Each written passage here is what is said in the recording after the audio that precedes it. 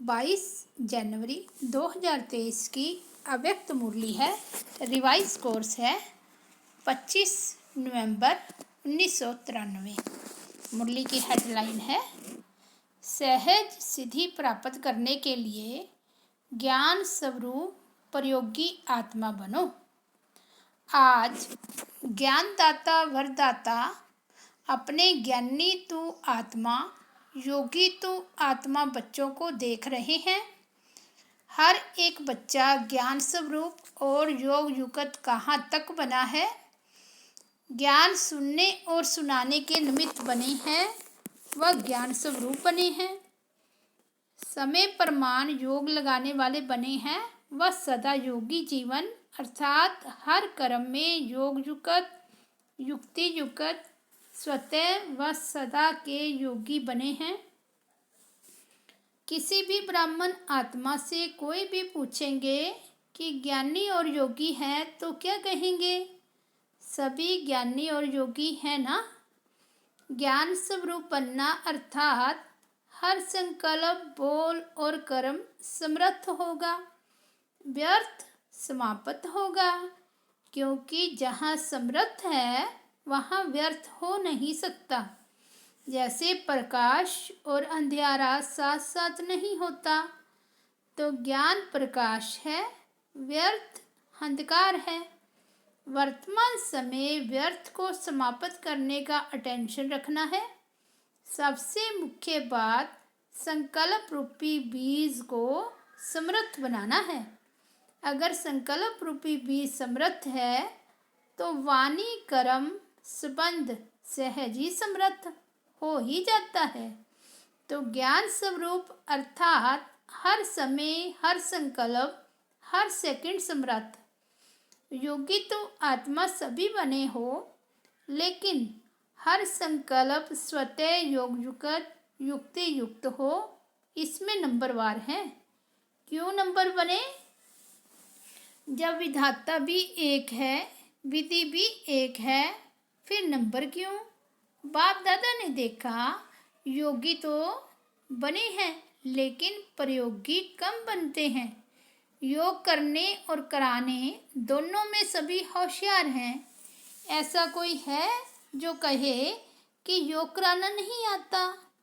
जैसे योग करने कराने में योग्य हो, ऐसे ही प्रयोग करने में योग्य बनना और बनाना, इसको कहा जाता है योगी जीवन अर्थात योग युक्त जीवन।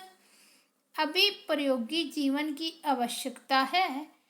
जो योग की परिभाषा जानते हो, वर्णन करते हो, वो सभी विशेषताएं प्रयोग में आती हैं। सबसे पहले अपने आप में यह चेक करो कि अपने संस्कार परिवर्तन में कहाँ तक प्रयोगी बने हो, क्योंकि आप सबके श्रेष्ठ संस्कार ही श्रेष्ठ संसार के रचना की नींव है। अगर नींव मजबूत है तो अन्य सभी बातें स्वतः मजबूत हुई ही पड़ी है। तो यह देखो कि संस्कार समय पर कहाँ धोखा तो नहीं देते हैं। श्रेष्ठ संस्कार को परिवर्तन करने वाले कैसे भी व्यक्ति हो, वस्तु हो, परिस्थिति हो, योग के प्रयोग करने वाली आत्मा को श्रेष्ठ से साधारणता में हिला नहीं सकते। ऐसे नहीं कि बात ही ऐसी थी, व्यक्ति ही ऐसा था, वायुमंडल ऐसा था, इसलिए श्रेष्ठ संस्कार को परिवर्तन कर साधारण व व्यर्थ बना दिया। तो क्या इसको प्रयोगी आत्मा कहेंगे? अगर समय पर योग की शक्तियों का प्रयोग नहीं हुआ तो इसको क्या कहा जाएगा? तो पहले इस फाउंडेशन को देखो कि कहाँ तक समय पर प्रयोगी बने हैं। अगर सबके संस्कार परिवर्तन नहीं बने हैं तो नए संसार परिवर्तक कैसे बनोगे? कैसे बनेंगे? ये बाबा पूछ रहे हैं। अगर सबके संस्कार परिवर्तक नहीं बने हैं तो नए संसार परिवर्तक कैसे बनेंगे? प्रयोगी आत्मा की पहली निशानी है संस्कार के ऊपर सदा प्रयोग में विजयी। दूसरी निशानी प्रकृति द्वारा आने वाली परिस्थितियों पर योग के प्रयोग द्वारा विजयी। समय प्रति समय प्रकृति की हलचल भी योगी आत्मा को अपने तरफ आकर्षित करती है। ऐसे समय पर योग की विधि प्रयोग में आती है। कभी योगी पुरुष को व पुरुषोत्तम आत्मा को प्रकृति प्रभावित तो नहीं करती, क्योंकि ब्राह्मण आत्माएं पुरुषोत्तम आत्माएं हो। प्रकृति पुरुषोत्तम आत्माओं की दासी है। मालिक दासी के प्रभाव में आ जाए, इसको क्या कहेंगे? आजकल पुरुषोत्तम आत्माओं को प्रकृति साधनों और सेल्वेशन के रूप में प्रभावित करती है। साधन व सेल्वेशन के आधार पर योगी जीवन है। साधन व सेल्वेशन कम तो योग युक्त भी कम। इसको कहा जाता है प्रभाव। योगी व प्रयोगी आत्मा की साधना के आगे साधन स्वतः ही स्वयं आते हैं। साधन साधना का आधार नहीं हो, लेकिन साधना साधनों को स्वतः आधार बनाएगी। इसको कहा जाता है प्रयोगी आत्मा। तो चेक करो, संस्कार परिवर्तन विजयी और प्रकृति के प्रभाव के विजयी कहाँ तक बने हैं।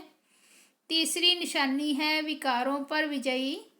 योगी व प्रयोगी आत्मा के आगे यह 5 विकार जो दूसरों के लिए जहरीले सांप हैं, लेकिन आप योगी प्रयोगी आत्माओं के लिए यह सांप गले की माला बन जाते हैं।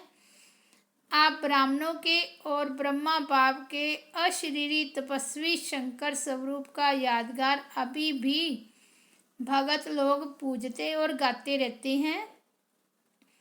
दूसरा यादगार, यह सांप आपके अधीन ऐसे बन जाते जो आपके खुशी में नाचने की स्टेज बन जाते हैं। जब विजयी बन जाते हैं तो क्या अनुभव करते हैं, क्या स्थिति होती है? खुशी में नाचते रहती है ना। तो यह स्थिति स्टेज के रूप में दिखाई है। स्थिति को भी स्टेज कहा जाता है। ऐसे विकारों पर विजय हो, इसको कहा जाता है प्रयोगी। तो चेक करो कहाँ तक प्रयोगी बने हैं। अगर योग का समय पर प्रयोग नहीं, योग की विधि से समय पर सिद्धि नहीं, तो यथार्थ विधि कहेंगे। समय अपनी तीव्र गति समय प्रति समय दिखा रहा है। अनेकता, अधर्म, तमोप्रधानता हर क्षेत्र में तीव्र गति से बढ़ता जा रहा है। ऐसे समय पर आपके योग के विधि की वृद्धि व सिद्धि में वृद्धि तीव्र गति से होना आवश्यक है।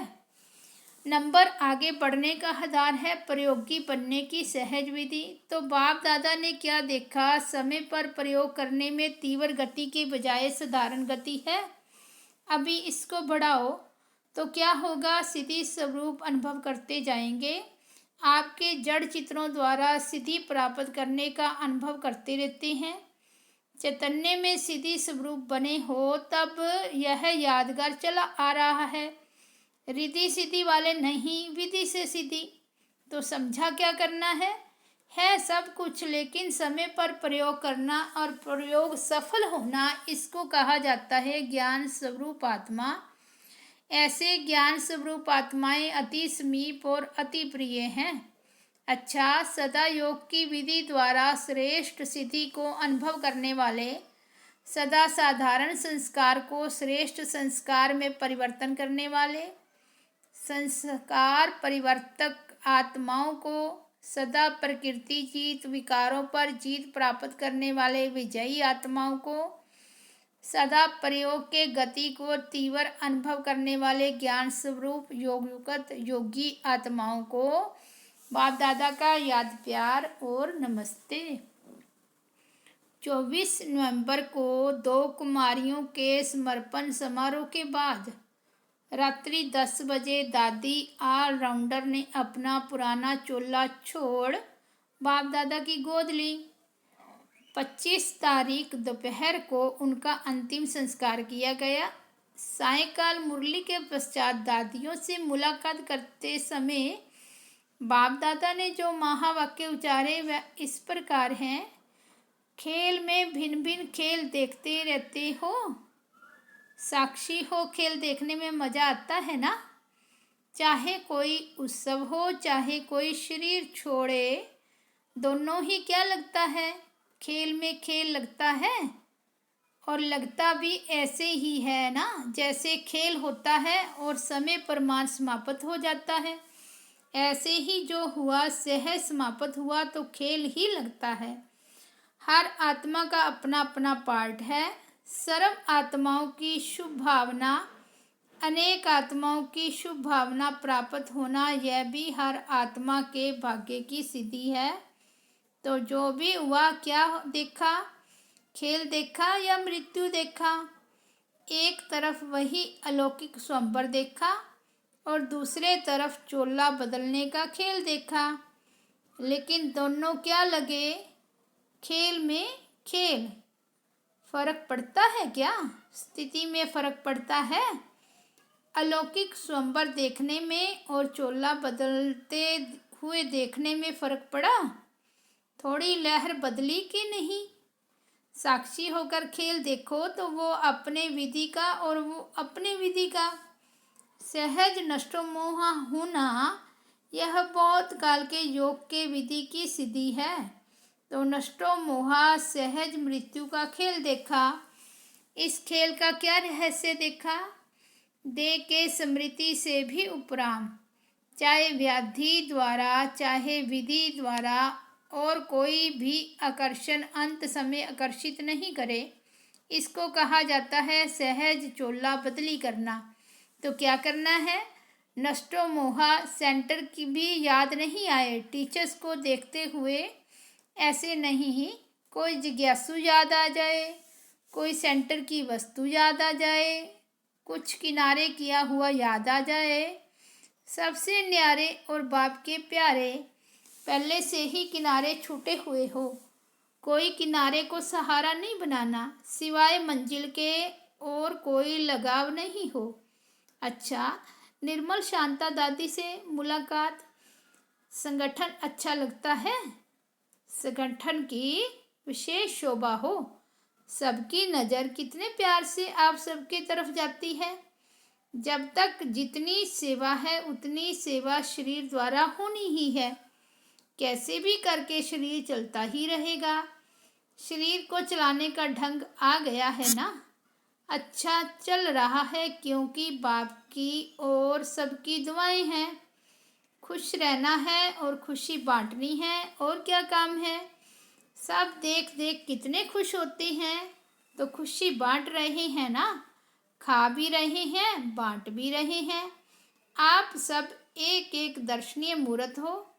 सबकी नज़र निमित्त आत्माओं तरफ जाती है, तो दर्शनीय मूर्त हो गए ना। अच्छा, अव्यक्त बाप दादा की पर्सनल मुलाकात। 1 नंबर है, ब्राह्मण जीवन का आधार याद और सेवा। ड्रामा अनुसार ब्राह्मण जीवन में सभी को सेवा का चांस मिला हुआ है ना, क्योंकि ब्राह्मण जीवन का आधार ही है याद और सेवा।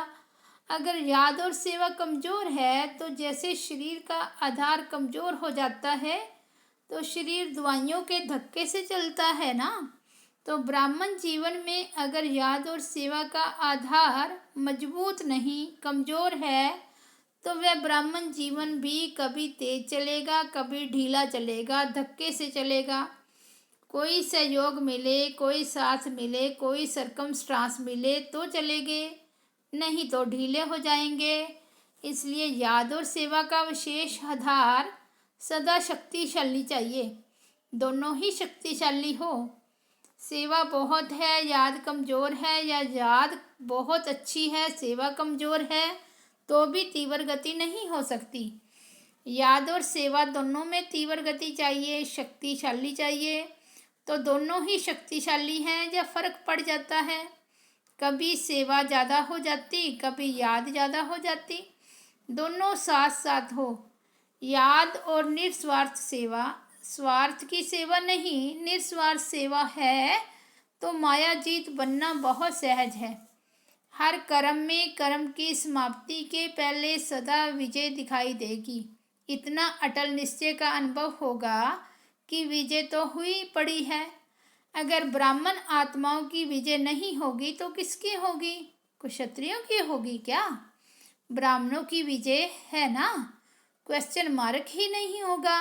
कर तो रहे हैं, चल तो रहे हैं, देख लेंगे, हो जाएगा, होना तो चाहिए, तो यह शब्द नहीं आएंगे। पता नहीं क्या होगा, होगा या नहीं होगा, यह निश्चय के बोल हैं। निश्चय बुद्धि विजयी यही गायन है ना। तो जब प्रैक्टिकल हुआ है तब तो गायन है। निश्चय बुद्धि की निशानी है विजय निश्चित।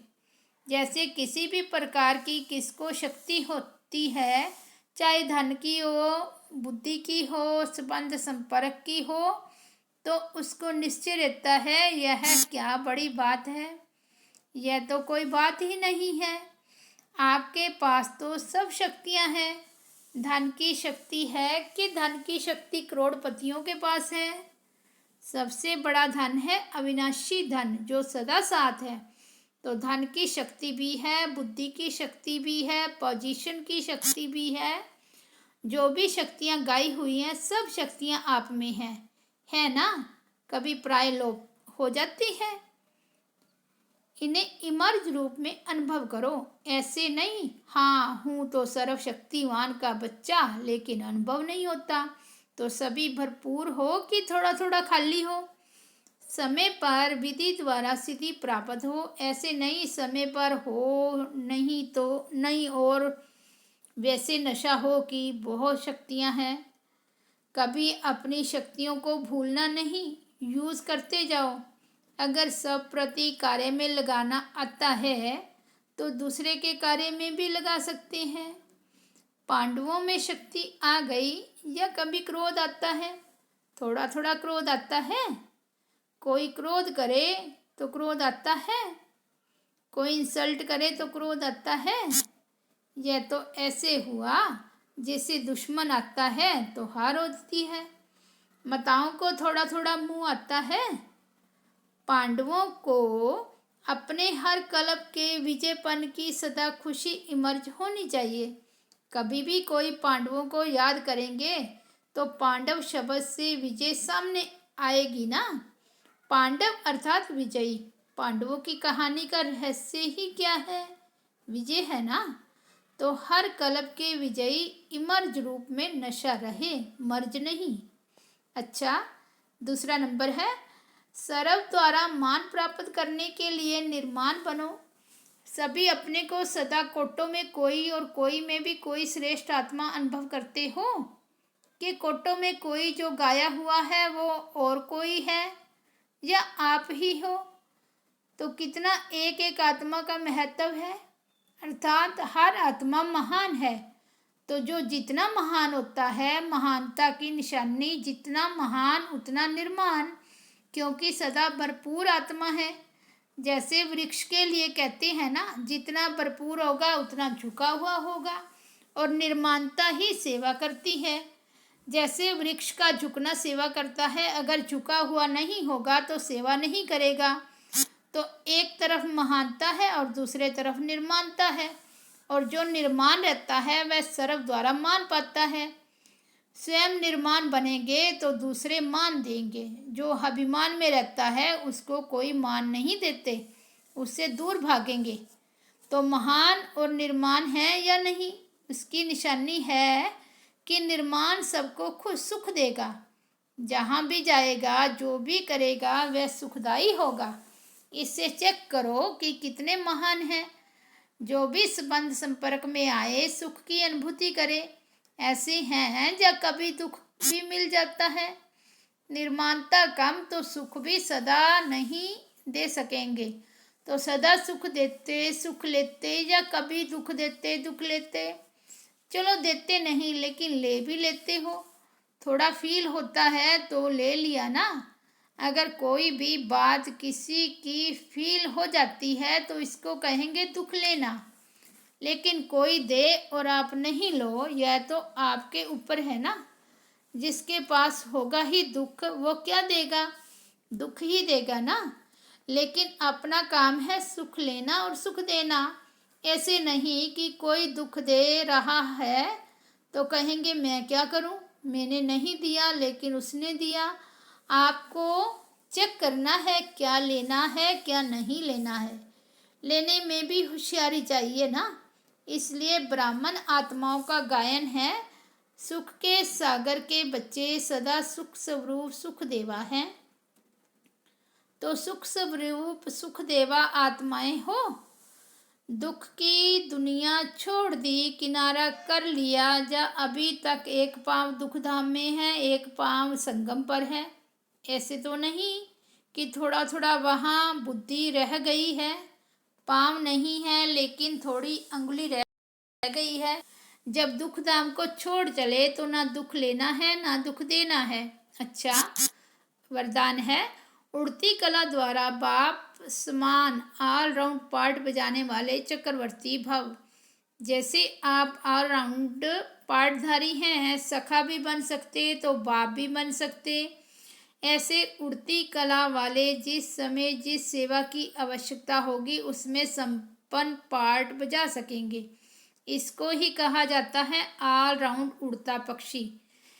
वे ऐसे निर्बंधन होंगे जो जहाँ भी सेवा होगी वहाँ पहुँच जाएंगे, हर प्रकार की सेवा में सफलता मूर्त बनेंगे। उन्हें ही कहा जाता है चक्रवर्ती ऑलराउंड पार्टधारी। स्लोगन है, एक दो की विशेषताओं को स्मृति में रख फेथफुल बनो तो संगठन एक मत हो जाएगा। अव्यक्त इशारे, एकाग्रता अर्थात एक ही श्रेष्ठ संकल्प में सदा स्थित रहना। जिस एक बीज रूपी संकल्प में सारा वृक्ष रूपी विस्तार समाया हुआ है। एकाग्रता को बढ़ाओ तो सर्व प्रकार की हलचल समाप्त हो जाएगी। एकाग्रता के आधार पर जो वस्तु जैसी है वैसी स्पष्ट देखने में आएगी। ऐसी एकाग्र स्थिति में स्थित होने वाला स्वयं जो है जैसा है अथवा जो वस्तु जैसी है वैसी स्पष्ट अनुभव होगी। अच्छा, ओम शांति, ओम शांति।